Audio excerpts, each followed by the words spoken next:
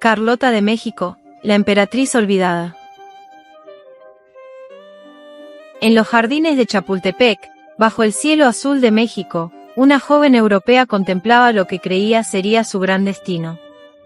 Era 1864, y mientras Europa luchaba por mantener su influencia en el mundo, una ambiciosa princesa belga se convertía en el centro de uno de los experimentos políticos más audaces y trágicos del siglo XIX, el Segundo Imperio Mexicano. Esta es la historia de Marie Charlotte Amélie, Carlota de México, cuyo camino desde las cortes europeas hasta un trono efímero en América terminaría en las sombras de la locura y el olvido. Nacida el 7 de junio de 1840 en el castillo de Laeken, Carlota era hija del rey Leopoldo I de Bélgica y la princesa Louise Marie de Orleans.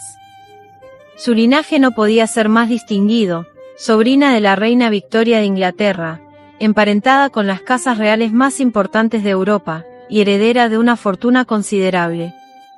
La educación de Carlota fue excepcional incluso para los estándares aristocráticos, dominaba 7 idiomas, estudiaba literatura, ciencias y artes, y desde temprana edad demostró una inteligencia y determinación inusuales. Su padre, Leopoldo I, había rechazado antes la corona de Grecia y aceptado la de Bélgica. Quizás de él heredó Carlota esa fascinación por los tronos lejanos y la ambición imperial que marcaría su destino. A los 17 años, su matrimonio con el archiduque Fernando Maximiliano de Habsburgo, hermano del emperador Francisco José de Austria, parecía el inicio de una vida brillante entre la nobleza europea. El joven matrimonio se estableció en el castillo de Miramar, cerca de Trieste, donde Maximiliano, apartado de la sucesión imperial austriaca, soñaba con horizontes exóticos mientras Carlota anhelaba un papel que estuviera a la altura de sus capacidades.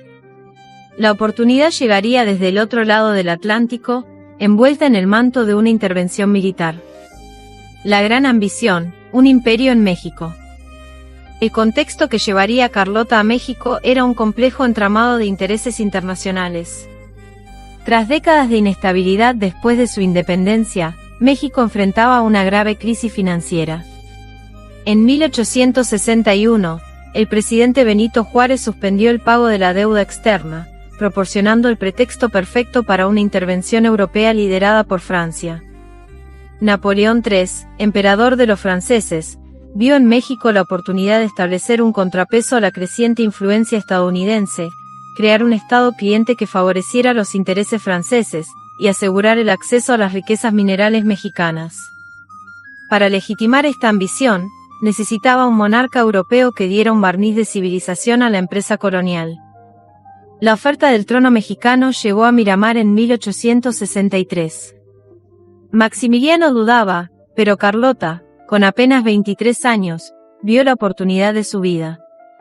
Persuasiva y determinada, convenció a su esposo de aceptar la corona, imaginando un reinado benevolente que transformaría México en una extensión de la civilización europea.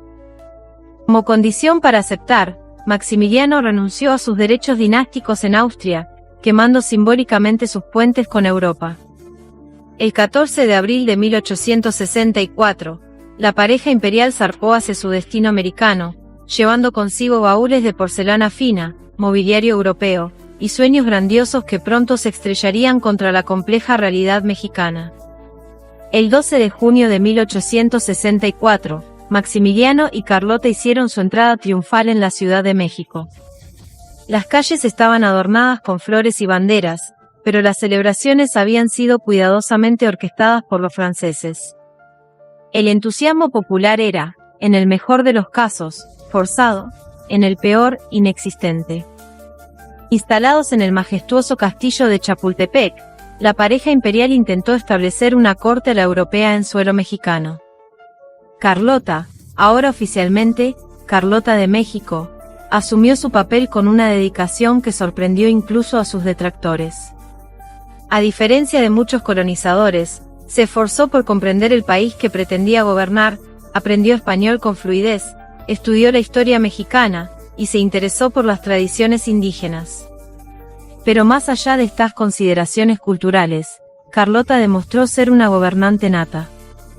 Mientras Maximiliano se distraía con ceremonias y exploraciones botánicas, Ella presidía consejos de ministros, redactaba decretos y desarrollaba proyectos educativos. Creó la primera línea de transporte público en la Ciudad de México, fundó escuelas para niñas indígenas y promovió reformas sanitarias. Sus jornadas de trabajo comenzaban al amanecer y se extendían hasta bien entrada la noche. Esta dedicación nacía tanto de su ambición personal como de una creciente conciencia de la precariedad de su posición. El Imperio mexicano, lejos de ser la joya que le habían prometido, era un edificio construido sobre arenas movedizas. La legitimidad del imperio enfrentaba un desafío fundamental. Los republicanos liderados por Benito Juárez nunca depusieron las armas ni reconocieron a los emperadores. Desde el norte del país, mantenían viva la resistencia, apoyados por una población que veía a Maximiliano y Carlota como símbolos de una nueva colonización extranjera. Para complicar más la situación, Maximiliano, con tendencias liberales, promulgó leyes que alienaron a sus supuestos aliados conservadores mexicanos. Mientras tanto, el fin de la Guerra Civil estadounidense en 1865 permitió a Estados Unidos ejercer presión diplomática contra la aventura imperial francesa en su patio trasero, invocando la doctrina Monroe. El golpe definitivo llegaría en enero de 1866, cuando Napoleón III, presionado internacional y domésticamente, anunció la retirada gradual de las tropas francesas de México. Sin este apoyo militar, el imperio quedaba virtualmente sentenciado a muerte. Carlota, comprendiendo la gravedad de la situación mejor que su esposo, tomó una decisión desesperada: viajar personalmente a Europa para suplicar ayuda.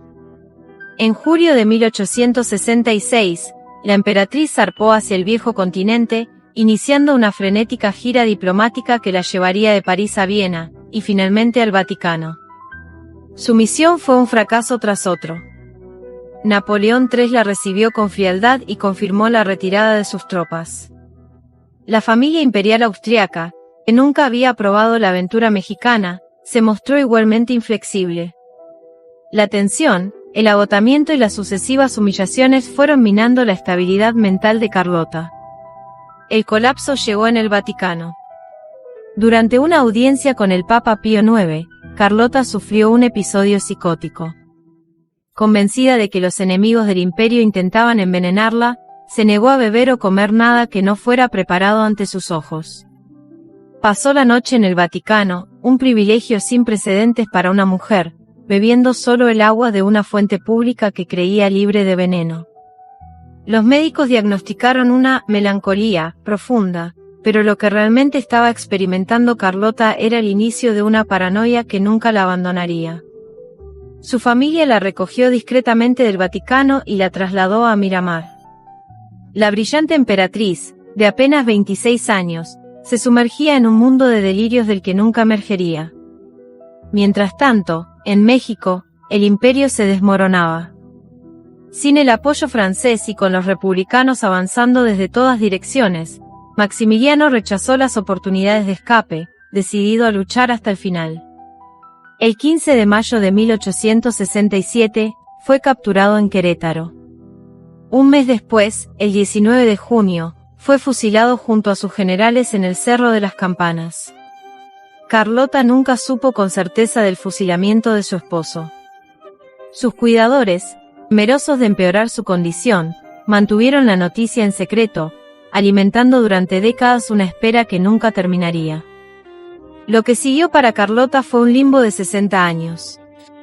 Recluida primero en el castillo de Miramar y luego en el castillo de Beauchot en Bélgica, vivió en un mundo paralelo donde seguía siendo emperatriz de México. Sus días transcurrían entre rituales elaborados, se vestía formalmente para cenas imaginarias con Maximiliano, mantenía una corte ficticia y firmaba decretos para un imperio que ya no existía. En momentos de lucidez, el dolor era demasiado intenso, por lo que la locura se convertía en un refugio. Sus cuidadores reportaban ciclos de agitación y calma, pero Carlota nunca recuperó completamente la cordura. Guardaba celosamente sus joyas imperiales y exigía ser tratada con el protocolo debido a una soberana. El mundo cambió dramáticamente durante su reclusión. Estalló la Primera Guerra Mundial, el imperio austrohúngaro se desintegró, y la monarquía como sistema político entró en declive en toda Europa. Pero estos eventos apenas penetraban en el universo mental de Carlota, anclado en 1866. La última sobreviviente de la aventura imperial mexicana murió el 19 de enero de 1927, a los 86 años, en su castillo belga. Había sobrevivido 6 décadas a su esposo y a su imperio. Irónicamente, el castillo donde pasó sus últimos años se convertiría después en un centro de investigación apícola, un epílogo surreal para una vida marcada por el destino. La figura de Carlota ha sido interpretada de múltiples maneras a través del tiempo. Para la historiografía mexicana tradicional, representó el último intento europeo de colonización, una intrusa impuesta por las bayonetas extranjeras. Para otros, fue una reformista adelantada a su tiempo, genuinamente interesada en el bienestar de México pero atrapada en circunstancias imposibles. La verdad, como siempre, es más compleja. Carlota fue tanto víctima como perpetradora del colonialismo europeo del siglo XIX. Su tragedia personal, de la ambición a la locura, refleja las contradicciones del proyecto imperial, la creencia sincera en una misión civilizadora, que justificaba la imposición de modelos extranjeros sobre naciones soberanas. En México, su recuerdo persiste en el castillo de Chapultepec, donde su habitación se mantiene como estaba, y en numerosas obras literarias, teatrales y cinematográficas que exploran su compleja personalidad.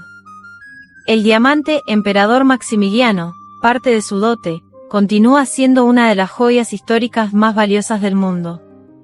Quizás el legado más perdurable de Carlota sea como símbolo del ocaso de una era, el último suspiro del colonialismo europeo directo en América y el triunfo definitivo de las repúblicas independientes.